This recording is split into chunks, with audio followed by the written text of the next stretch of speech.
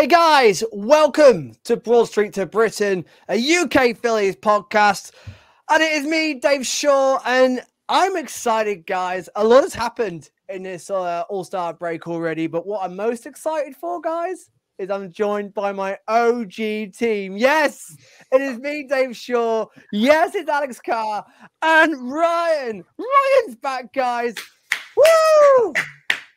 Hey, nice to see you, Ryan. There we go. Ring the bell. Let's go, Phillies. Ryan, my man, how are you, buddy? Oh man, I'm so good. It's nearly summer. For teachers, that is like just music to their ears. All good. Go Phils. That's wild. I like how you say it's nearly summer. One, because it's your summer holidays coming up, and two, because the weather here has been anything but summer. I've been gone from the 100-degree heat from Philly last week into this, which has just been cloud, rain, and cold. Hey, we got a sponsored walk-in with our school today along the river. It was beautiful. Check you out. It was nice. Yeah, the weather around today has been absolutely awful, but Thursday was just like divine. I feel like I'm living under a constant cloud down here then. It must just be me. Everyone I talk to around the country is like, yeah, it's been really, really nice. It's like, I've not seen the sun since Philly. Like, I'll tell you who's living under a constant cloud. The New York Mets. Always. Yeah. Always right. Ryan's back, everybody. We'll get to that shortly. Quickly, Alex over there in the sweltering heat that you guys have been having. I just lugged what had to have been 80 pounds of groceries from Trader Joe's all the way. I took a subway and I walked all the way back to my apartment to be here on time. So I am sweaty and gross, and that's why I have a hat on. But I'm here because Ryan's here. That's why I showed up. We are rolling back the years. Hopefully, this will be the first of many to come with Ryan back, because it's good to have you back on, buddy. We've missed you. Too good. We've missed you. I'm here. I'm watching the Phils. I'm watching baseball. I'm soaking up the stats. The box scores are my friend, because when I can't always watch the full games and stay up like you, Dave, you absolute madman, the box scores are my friend. The highlight packages from MLB are my friend, I must admit. But, the Phils are still a part of life. They always will be. And it's good to be on talking them in a bit more detail today. Yeah, man, we missed your insight. Mate, you would love this. We've been proper diving into the minors this year with our proper prospect talks as well. Because, I remember when you were on the show, when you'd go into your minor player of the week, we'd have Derek Hall, Alec Boehm, players who are now up in the first team. It's really cool to see him come full circle. It's like when Derek Hall came up for the first time last year, I'm like, I remember Alex talking about Derek Hall when he was in the minors. It's like, we cover it all on here. We always did, and I'm sure you've been doing it in my absence. You guys are great. It all gets covered. We do our best. Yeah, but nobody debates with me, Ryan. And that's what I need. That's what I need. Yeah, I need someone to tell me that Richard Rodriguez is a must acquire at the trade deadline, only for him to then get absolutely destroyed. I need that. And I need Ryan. He's bringing the receipts. I need to remember one. I need Ryan to tell me that the Phils aren't going to go 162-0 in the season. Yeah, exactly.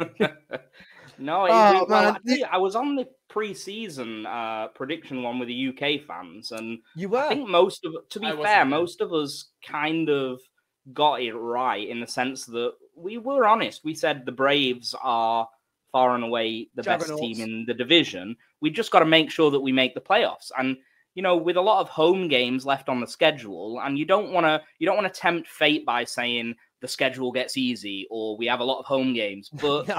the truth is that even the computers will generate that the Phillies are on track to make the playoffs as long as they don't completely go all New York Mets.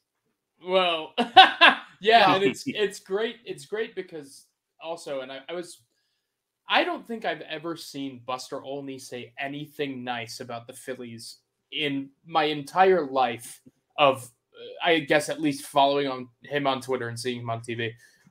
what he tweeted yesterday about, the Phillies are 23-9 since June 3rd, blah, blah, blah, blah, blah. What really stuck out to me was he was like, and they are looking for like a resurgent second half offensively because all of these, struggling players, et cetera, et cetera. And I was like, that's so true. We haven't seen Trey Turner yet. We haven't seen Kyle Schwarber yet. We haven't seen Bryce Harper with a power bat yet. We haven't seen who the Phillies are adding at the trade deadline. I mean, and there is reason to believe that this exactly what I was saying on the last pod on Tuesday with Jack and James. And one of the most positive things I have is that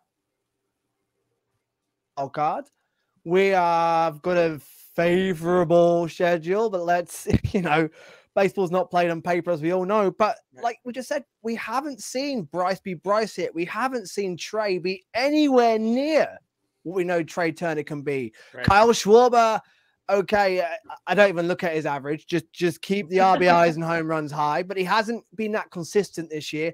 JT, I still feel there's more to come from him. Obviously, Aaron Nola is far from the Aaron Nola we know. Will he get there? That's the big question mark. Zach Wheeler's not quite to his Zach Wheeler standard. Suarez seems to be struggling a bit.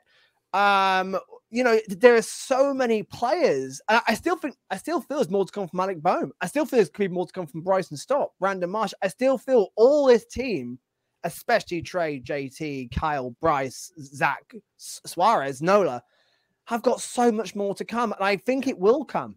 Bryce is going to get healthier. Hopefully this All-Star breaks on him. Good. Bryson Stott got banged up in the last game before the All-Star, but he looks okay. Trade deadlines coming. Dave Dombrowski, I have no doubt, is going to go for it. No doubt about it. Because this is our win now window. This is all our players are entering their peaks right now. We've got to go for it. Do you mean to say that you didn't predict that Nick Castellanos would carry the Phillies offense? Oh, well, I did. Craig Kimbrell, the shutdown closer. Listen, I think that is a testament, though, to how different this current Phillies organization is than the one that we started talking about 5 years ago, right? Like, it is it's plain as day that they took Craig Kimbrell on, a guy that, has gone through all the reclamation projects possible over the last, Dodgers really didn't, fix him, as it were. Comes to Philadelphia and they figured him out, right? They got him back on track, back on the horse. And, we look at some of these other arms that they've developed. We look at some of these other, you mentioned Bryson Stott. Bryson Stott's on pace for a 4-win season. Like, we're looking at a very different Phillies regime than we have seen in years past. And it's very, very exciting to then be staring down a trade deadline where, they have the opportunity to acquire similar players that maybe they see something and they can tweak a couple things and make something work and bolster this team for a deep postseason run. You hope. Absolutely. Well, let's get into that now. Let's go into the trade deadline because it's been wild the last couple of days on Twitter, mainly fan driven. But we'll start with Soto, haven't we? Really, I know it's probably pie in the sky. It is. Yeah, he fly back with the team. He's worked with Kevin Long before. He's played with Trey and Bryce before. But boy, oh boy, like Soto in that outfield. Although then if Bryce returns to the outfield as well, then we got Casty, Bryce, Soto, Marsh, Pache. Schwarber will have to be permanent DH. That'll probably see the end of Reese because probably the first baseman by then, maybe. But I don't know. But could you, and what would you give up for Juan Soto, guys? I mean, if the Padres were to flip Juan Soto, you're looking at returning a package to them that is similar to what they gave up for him, right? Yeah. Because the only thing that's changed is that he's lost a year of control. So to burst everyone's bubble, the Phillies don't have that. They don't. I mean, they do, but that's mortgaging everything on one player, right? And a player that doesn't necessarily even, fix their greatest need, as it were. You're looking at Andrew Painter. You like Andrew Painter? Bye. You like McAble? Bye. You like Kingery? Bye. You like Aiden Miller? They can't trade this first-round pick, but, of something of equivalence by Justin Crawford, by it is going to take your entire farm system. And it's just simply not happening for the same reason, probably, that I don't think the Angels are. It's not that I think they don't want to trade Shohei Ohtani. They probably will. But I don't think they can. I don't think anybody has the ammo to trade for Shohei Ohtani. I just don't.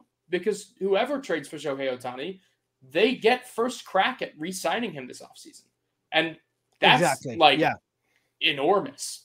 That is so huge, because if you can convince that guy to stay with your club, that alone is worth an exorbitant price tag. So I don't know. Juan Soto's not happening. I don't even. No, I don't see any point in discussing it, really. Don't get us wrong. We'd love to see him in a Phillies uniform. Absolutely. Let's just get that. If it just so happens, Kyle Schwarber's contract expires the year he becomes a free agent. Yeah, exactly. Let's talk to it a little bit more realistic. Ryan, starting with you. The Cards are going to be sellers. Now, what that means, we're not too sure yet. Does it mean Golden Arenado? Who knows? But they've got a lot of players in their team that I would love to see in a Phil's uniform. Ryan, what sort of packages would you like to see the Phils do with the Cards? Obviously Arenado again is going to cost you probably Bowman, some prospects. Goldie's a little bit older. He's an interesting one, but they also got Montgomery, but I still think their price might be too high. Nubar, he could be an interesting one. Ryan, who in that Cards team would you like to see coming to the Phils? I don't know. Are we saying that the Phil's area of need is the offense, in the sense that the offense hasn't quite clicked in the first half? Because I don't think the Phillies should necessarily go too wild here, going after some big name or someone that has lots of years of control. Because, as we've just said at the opening of the show, the top 5 or 6 in the order are pretty strong. Yes, they've had a weak start, but I'll tell you what, if the Phillies make the playoffs and they open with Schwarber, Turner, Castellanos, Harper, Ray Almuto, with Bomb down there as well and Stott, I don't think anyone wants to face that lineup as it is. I'm not saying there's no opportunity to make a trade, but I can't help but feel like perhaps the trade they should be making is maybe some starting pitching. I don't know. I'd be interested to get your guys' thoughts on that. I mean, I know that Christopher Sanchez, Sanchez has come in and done some work. I don't know. I know that I'm not convinced as to where the area of need is, and I think that might be something that the front office is thinking about and debating as well. I'd be interested to get Alex's perspective as well. Yeah, but just quickly for me, I think a lot of it hinders on whether Bryce can play first or not, and then if he can, then we can move Kyle to a permanent, but a temporary permanent for the rest of the season DH role, get him out the field. The good thing is Pache has come up and been explosive, with the bat and in the field as well. So he and Marsh, Pache center field and Marsh can cover Schwarber. That gives us a great option offensively.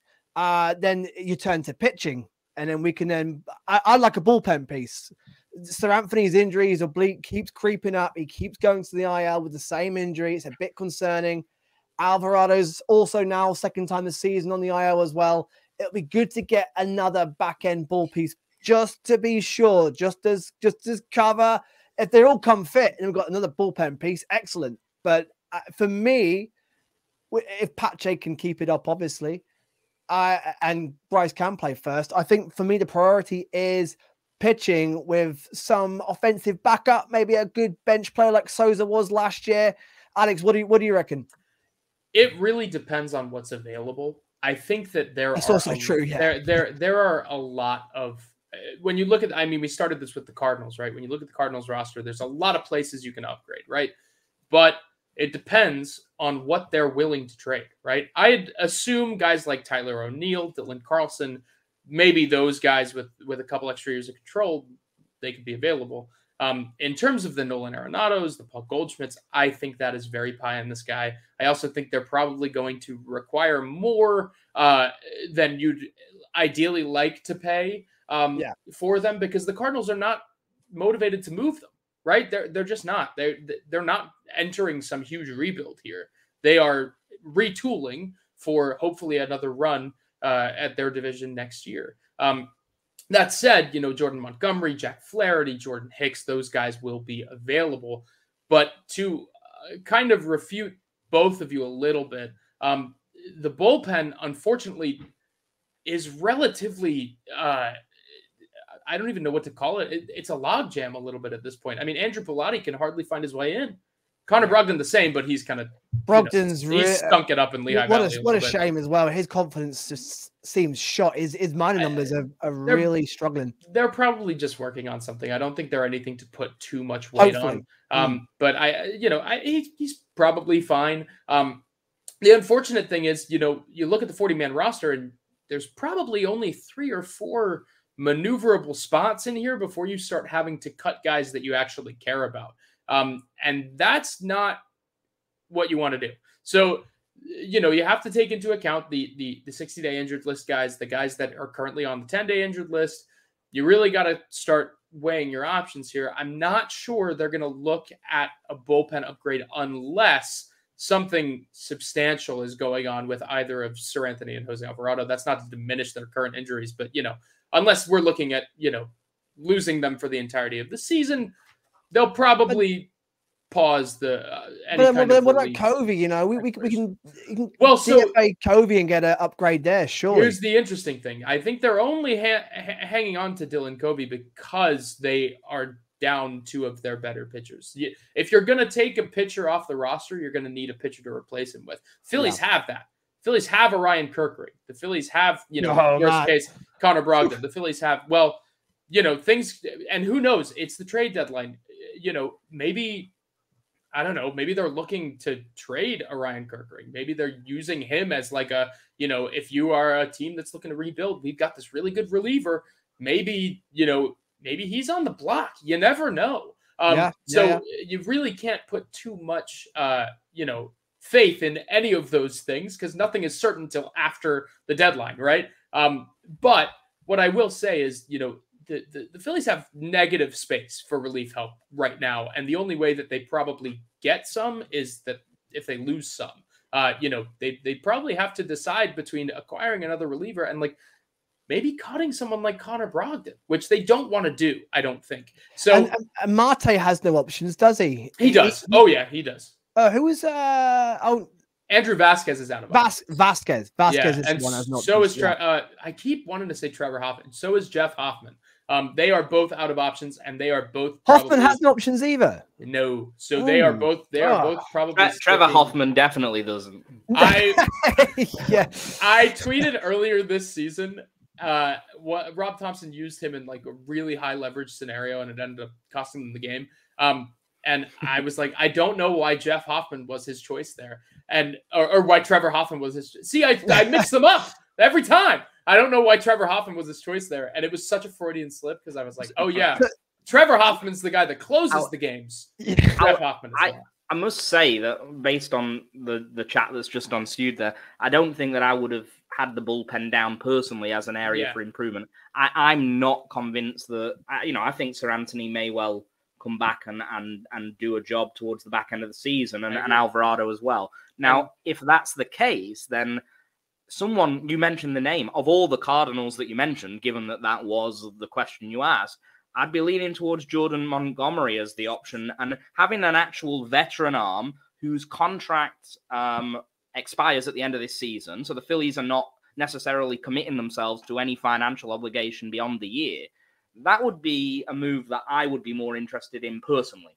I think they might be tempted to go after one of the higher priced rentals. The problem is if you're going after Marcus Stroman, you're going after Jordan Montgomery. One of those guys is getting, a pretty substantial prospect from a team, right? Yeah. Like you're not looking at probably the Andrew Painter McAble, Griff McGarry, Justin Crawford tier, but you're probably looking at the Johan Rojas, maybe, I don't think Carlos De La Cruz is in the same tier as Johan Rojas, but that would be something that gets a conversation started, right? You're looking at those guys. And I don't think what you're getting from that starting pitcher, especially that starting pitcher being your fifth starter, I don't think that's really worth parting with someone who projects to be a major league regular in somebody like Johan Rojas. So then it comes back to the question that we were kind of at, which is, yeah. Are any of these moves actually necessary, and are they just luxury moves that we're making as fans on Twitter because we like to make moves all the time? The organization may well just think this is a good team. Yeah, that might be what ends up happening. Now, what I will say is that I think the Phillies have a couple of guys, prospects that they're probably going to dangle, guys that are kind of at peak value that maybe are blocked, that maybe they want to move on from. And I think what that probably manifests in. I mean, I'm okay saying this. I feel bad about it a little bit, but Simone Muzziotti is totally blocked. That's your man, in this Alex. organization. I love him to death. He's having one of the best years he is. A Phillies prospect has had in quite some time. He's just doing outstanding in Lehigh Valley. He's not striking out. He's hitting for a little bit of extra base pop. And he's hitting like 350.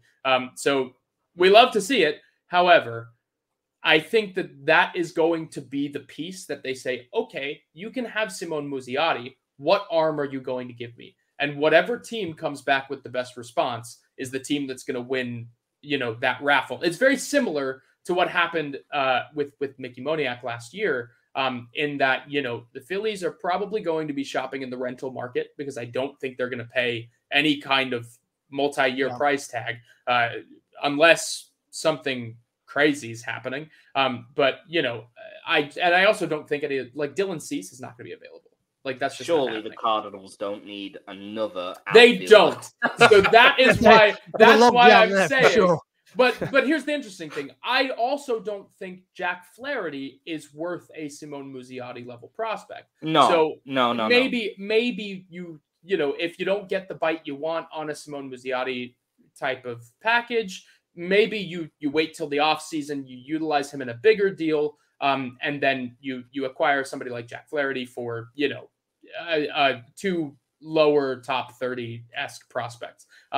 But that's where things get interesting is Jack Flaherty an upgrade? Is Michael Lorenzen an upgrade? We can list all these names all day long. What I will say, and I'm not super convinced they need a starting pitcher. What I am super convinced they need is starting pitching depth. And I think that the only real way to acquire that, because there's no, we're not going to be seeing a lot of waiver wire stuff going on before the deadline. The only real way to acquire that is by acquiring a major league pitcher and letting Christopher Sanchez go back to AAA. Is really what it comes down to. And as much as I have enjoyed watching Christopher Sanchez, I also don't think he's probably going to continue producing at this level. So and it's not that he's bad or anything. It's just that I don't think down the stretch we are going to see this same Christopher Sanchez. I think tough for him to maintain that as well. That's a hell of an ask. So we want that sort of Noah Syndergaard type of trade again. That's exactly what it is. Would be exactly what the Phils want. Granted, Syndergaard made the playoff roster. The exciting thing is that one, the Phils always have kept their business close to their chest. We never know what the Phils are going to do until it's dropped. John Heyman with a big whirlwind tweet or something. But Dave Dombrowski has kept saying he wants to go one better this year. He wants to win the World Series, which gets me excited if Dave's in the mood come trade deadline day, we could see something we could see some free team trades. I don't know. There could be some real excitement coming trade deadline. One name that I would really keep an eye on that I think is not being talked about enough and that I also think has significant connection to the organization. Michael Lorenzen, yes, has connections to Caleb Cotham, has, all that stuff. Eduardo Rodriguez is just coming off of an injury. He is, obviously he pitched incredibly in his first, I think he has 60 innings on the year right now. But he also is probably not going to opt in to this contract that he signed with the Tigers, where he'll be paid, I think it's a $13 million AAV over 3 years.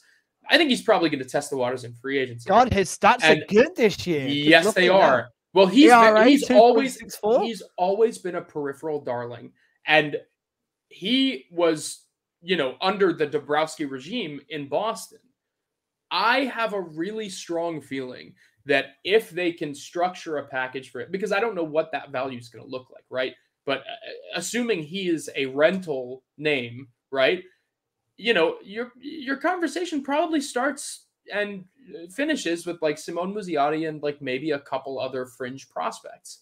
And I think that, when you look at the Tigers have very little hope in their farm system. I mean, they just added a whole bunch of it in the draft. They had a great draft.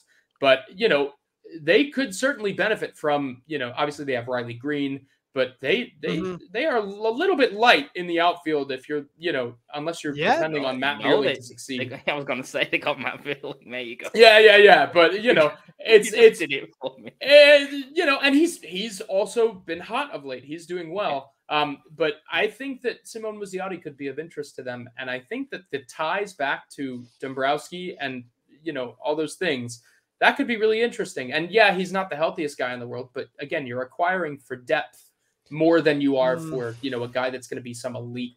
Dave wants something a bit more exciting than this. Well, no, I'm just looking at his last 5 games. Apart from his return game against Oakland, he got blew up. You want him to struggle though, because then the price tag's only going down. It's us with Aranola, isn't it? He's struggling, but his price tag's coming down. Are we going to make a Broad Street to Britain under the radar trade deadline acquisition?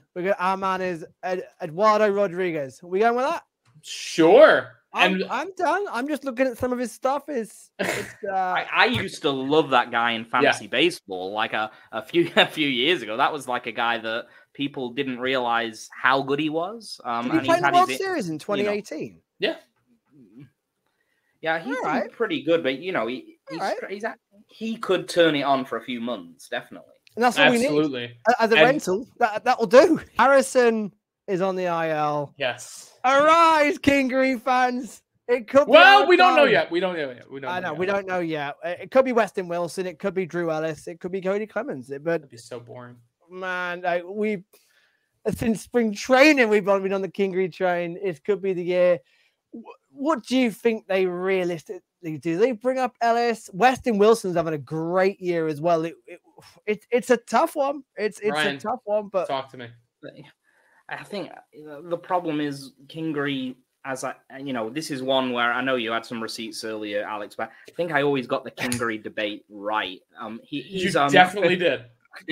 You definitely did. Just too much swing and miss. He doesn't take enough walks. He strikes out fine, and he's still doing it now. He's doing fine in AAA, but just look at the stats: 28 walks, 78 strikeouts. That's at Lehigh Valley. If you're striking out at a 4-1 clip at Lehigh Valley, you're going to struggle in the majors to make any serious contact. And he may have the odd hot streak. He may be able to help in some way. He may have he's a high energy guy. People like him, and I like him.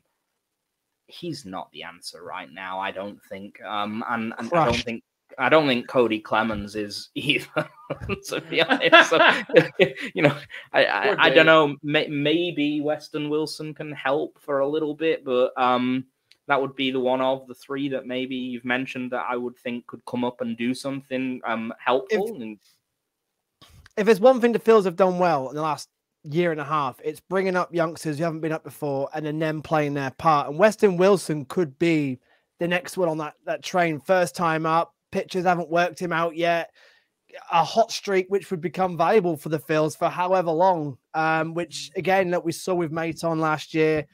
And he could be again the next Nicky Maton. Who knows for how long? But it'll be him playing his part like Cody Clemens has done. Derek Hall last year. It's potential. I want to see Kingery. The story would be great. I feel like he's got some redemption in him. He's got a point to prove since Kapler ruined him, and then he was doomed to the minors ever since. He's been imprisoned in the minors. It's his time to rise up.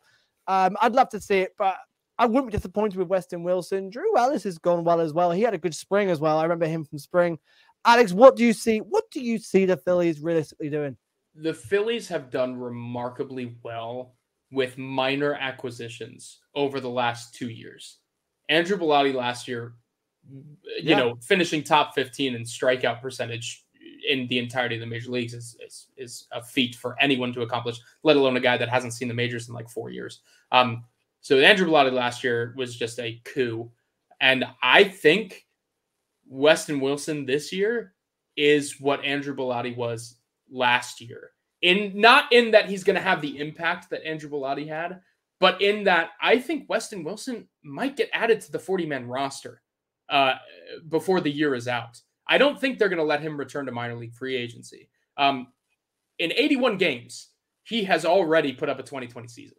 Not only that, but he had arguably the best spring of any. He with discussing it. If they didn't sign Josh Harrison, Weston Wilson was probably going to break camp with the club. I mean, he had a magnificent spring. He was hot at the plate, and he could do no wrong on defense, even though he played 8 different positions. Right? He was fantastic this spring, and then he goes in and puts up a 2020 season in half a season at Lehigh Valley. I mean, he has been outstanding. He joins also Jake Cave in being he's a fiend in AAA, just an absolute fiend. He is the ultimate A maybe. player. But what's interesting is that Weston Wilson provides a completely different skill set. Weston Wilson has a great glove, can run on the base paths as showcased in the 2020 season, and hits for pop. He's got an 895 OPS. I only know these off the top of my head because I tweeted about it yesterday. But he's got an 895 OPS in his 81 games at Lehigh Valley this year. And listen, I don't know what they're going to do. Obviously, Scott Kingery is hot right now. Nola is arguing, I think. Nola's going. For the case of Kingery's the answer. For the case of Scott Kingery, I think Nola is upset. But Nola being my dog, by the way, Ryan. I don't know if you've been on since I got him. So anyway, but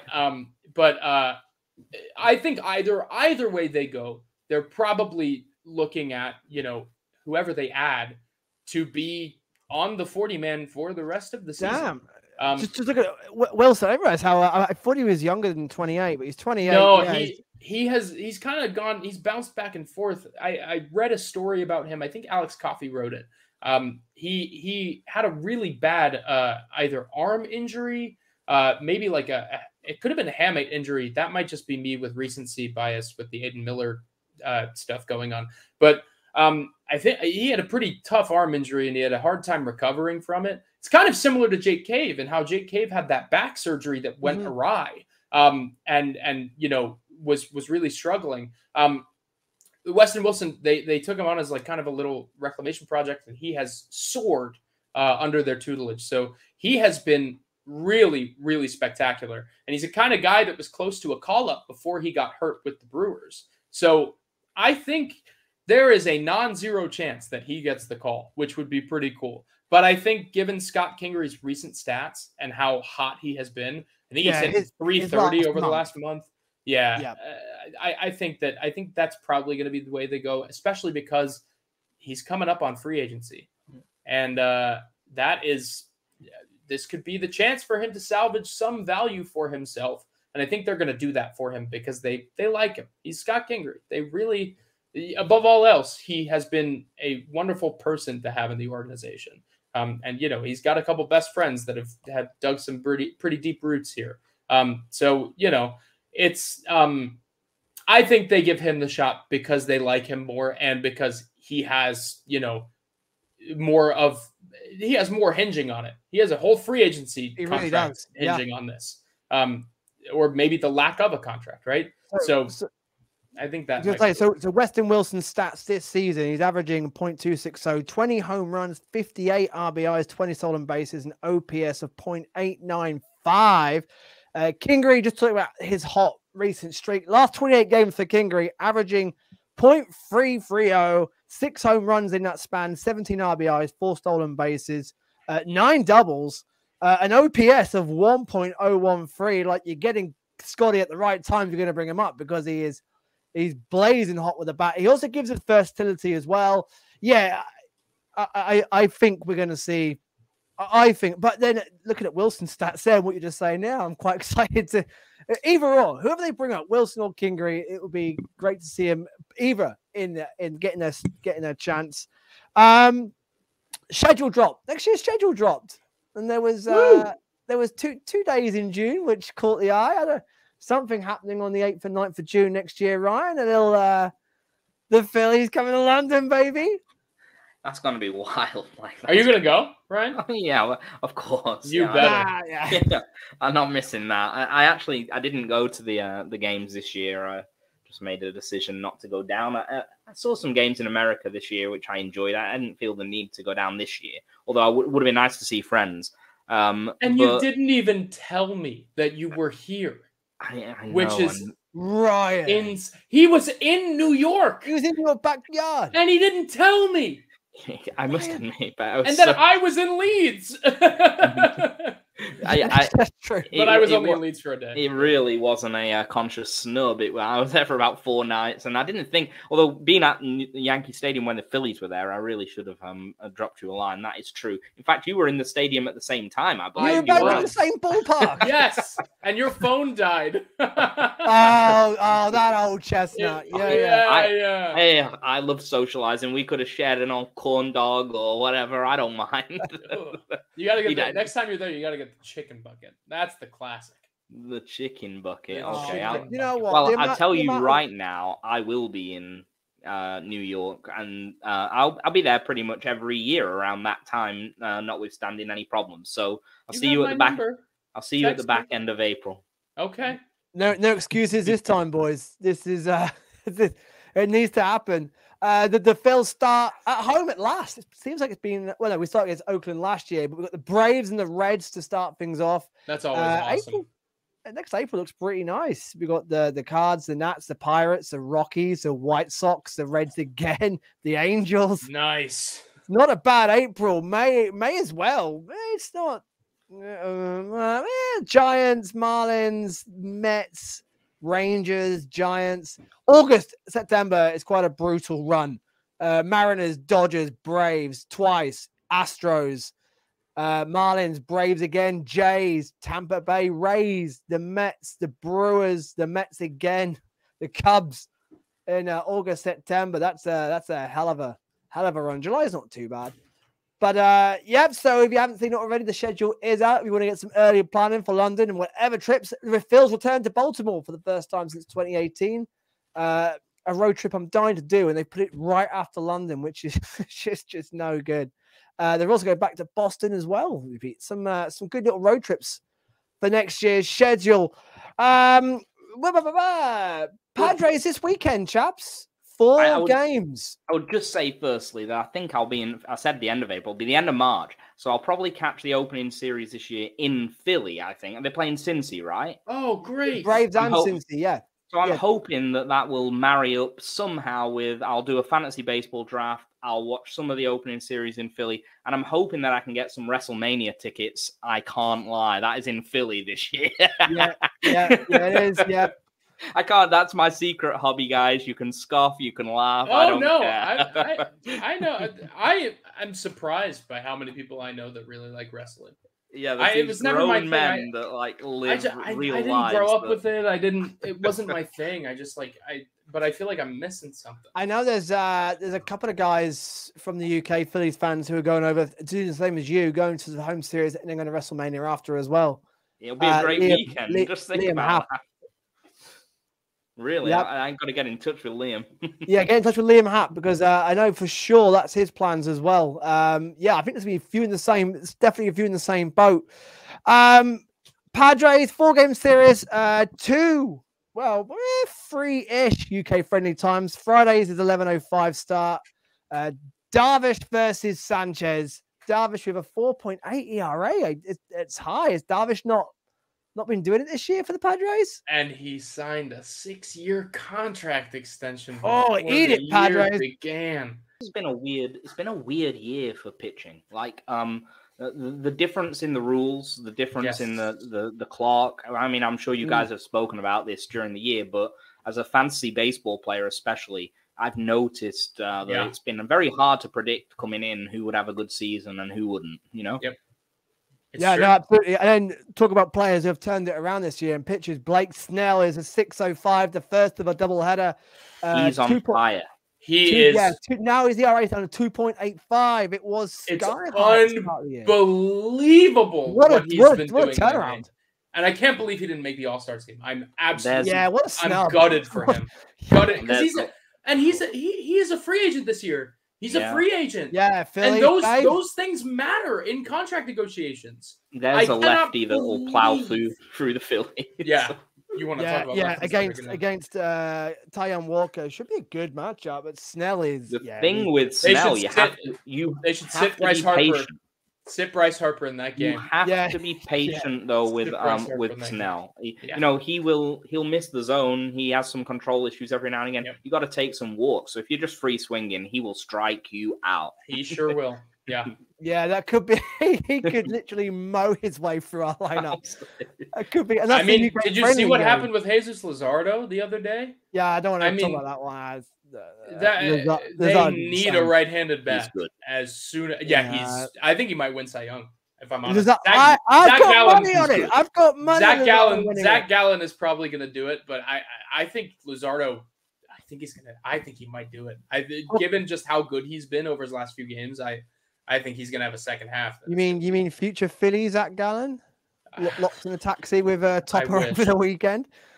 I don't think so, but I wish.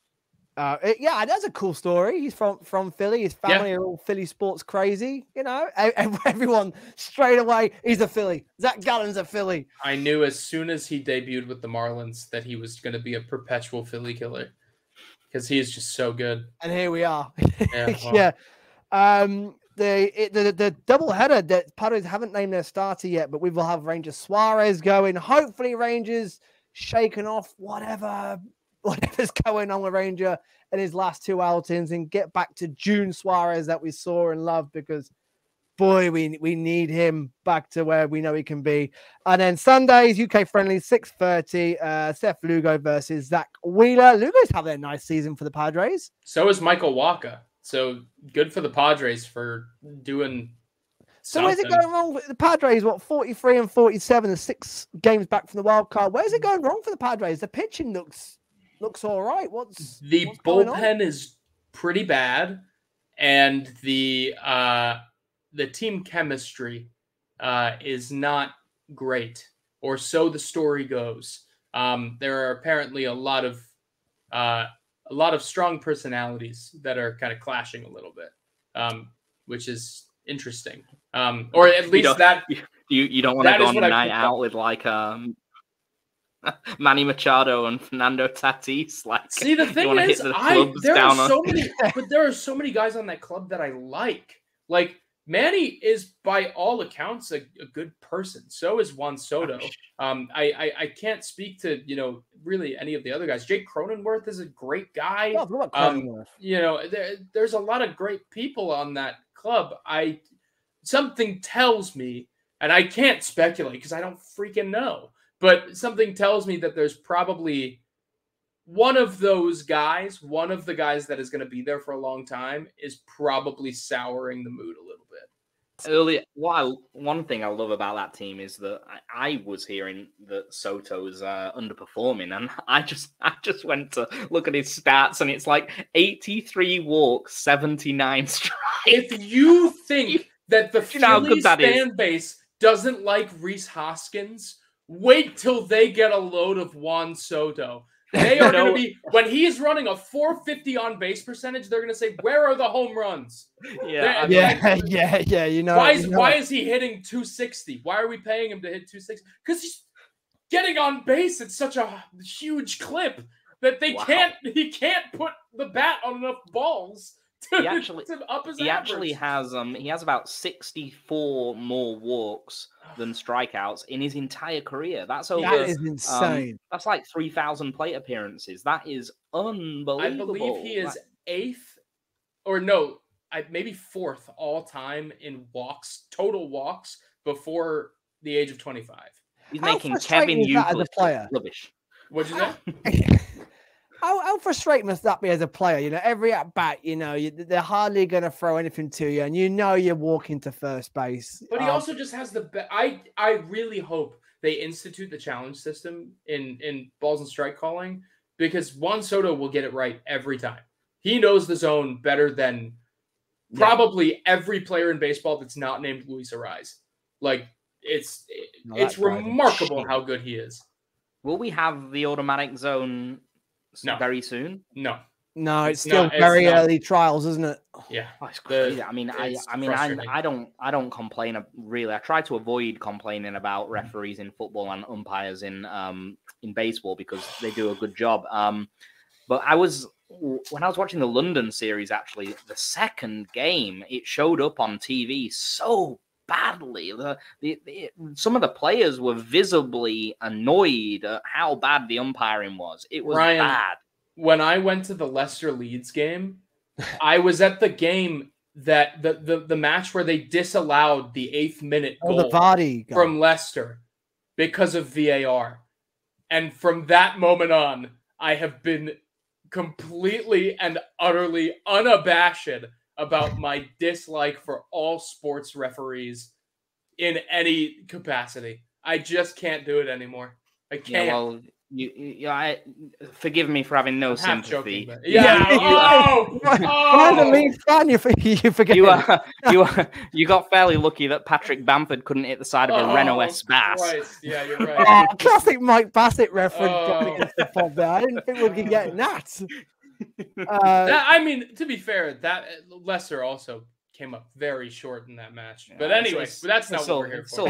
We're talking. We both got relegated. It's and you both went down anyway. So come on. We're talking to a European stalwart over here. Like, look at this guy. Look at this championship nonsense. What's that? What about Europa League? Not even conference. Europa League. It's incredible. I'm gonna get a Seagulls shirt. And by the way, I can tie. As you said, a great link, guys. Brighton playing Philadelphia in less than 2 weeks. If you're in the Philly area, if you're near the link, Brighton v Chelsea, add the link. Big crowd expected. Get yourself down there. Support the Albion. All you need to know is Seagulls and Albion. Just sing that. You'll fit right in. And it's a big game. Go down the football route. Anyway, now my tribal football side's coming out. This is why we need you, Ryan. Ryan. By the way, talk about officiating. How bad have the New York calls been this year as well for the Phils? It's some dreadful calls. I just don't. Some of the replay reviews have been awful. I've tweeted this so many times, but I don't know what the point is of having challenges if they're gonna just make the wrong call. There's too much weight being placed on the call on the field. And that shouldn't matter. That truly shouldn't matter. Substantial evidence, my butt. Like they truly, I cannot believe, particularly with the call on Kyle Schwarber. When was that? He was safe a couple weeks ago. He was very clearly safe, but because they didn't get a good enough angle on it, they, for whatever reason, they couldn't make the call. And if it can't be determined because there's not enough evidence, give the challenge back. At least. Maybe, but I can't. I can't fathom it. We're all fired up now. Look at us all. Total like I don't want to. Again, I don't like to bash umps, but I know the umpire union want them to keep their jobs. I'm sure, and I understand that. But it's so objective, the strike zone, when it's being done by a computer. It's probably one of the easiest places in baseball to implement the use of technology, easier than checking a tag at second base, because as you say, your view's not going to be obstructed of the strike zone, and it's not noticeable. There's still going to be an umpire behind home plate calling balls and strikes. They're just going to get it from an informational system. They need to be there to make calls at the plate. They're just going to get it from a system. So it doesn't take any of the human aspect away. They still keep their jobs. It doesn't change anything. It just changes who's making the actual call. And if you can make it so that the call has a 100% accuracy rating, why wouldn't you? I probably shouldn't mention any more of the London game because I know that by about the second inning, Dave was so drunk that he doesn't actually know who was playing. Ryan. Oh, I didn't know that. I saw the photos. He's in the outfield with Pete Pratt, Miami Marlins. Oh no, you weren't. Didn't end well for me. Wait, I haven't heard about that, and I'll need to hear about that. There's some stories later. because I too had a couple beers with Pete Pratt in Leeds, and it was a Pratt's great. the guy to have beers time. with. That man's a That's bad exactly- influence. Oh, he is, but in the best way. 10 a.m. downing pints. Oh, Pete Pratt, know, you bad Lord. man. And I tell you what, I love. I know I'm on a Phillies podcast, but I can't help but like what the Marlins are achieving. no. I have It's so not much respect for them. sustainable. I hope we overtake them, and I'm sure that we We will. will. We will. It's I have simply, a lot of it's simply respect. unsustainable. Their rotation is wonderful. The bullpen is god awful, and I like AJ Puck and I like Tanner Yeah, Scott. I don't think that the bullpen isn't god awful. Andrew Nardi is good. Stephen Oker is Andrew good. Nardi's hurt. AJ Puck is pretty good. That bullpen's not awful. They're The all- rotation's very the rotation's very good, It's and I think incredible. the offense It's always been is incredible. underrated. The offense they're getting I don't production think out so. of I can't see Sanchez. Tupeloop doing it for this lot. I can't see him sustaining it. I- Arias is. It looks like a really good. Like Well, he's- of course he is. his contact's He won the unbelievable. batting title last year. I mean, he's But- obviously very good. But it's when you start like Brian Dela Cruz is awesome. I'm a huge Brian Dela Cruz believer. I'm a huge Jazz Getting a Chisholm Jazz believer. back as well. Yeah, when he's I'm back. a the huge Marlins. believer. The Marlins have the fourth toughest schedule for the rest of the season. I'm not saying that I think that they will sustain the pace or that they'll even make the playoffs, but I'm saying that I'm impressed on their budget with what they're doing. Yeah, no. I think the Phillies overtake Pete him. Pratt at will be the end loving anyway. this. You're gonna have to Doesn't tag matter. him. Yeah, I'll clip Pete in this and I'll send him straight to Alex's mentions Oh, he's gonna Yeah. start. He's gonna start Yeah. going ballistic. because Drink this cookie with is me money to his and ears not right you. now. Marlins don't sustain it. By the way, my take: Marlins missed out in the playoffs. You're gonna have egg on your face. I don't know about that. I do. No, I I do think not Marlins think that miss they out. sustain it. I don't think they'll sustain it. That run they've got coming up is brutal. If they get through that, they win the whole thing. I'm telling you. But no. Yeah.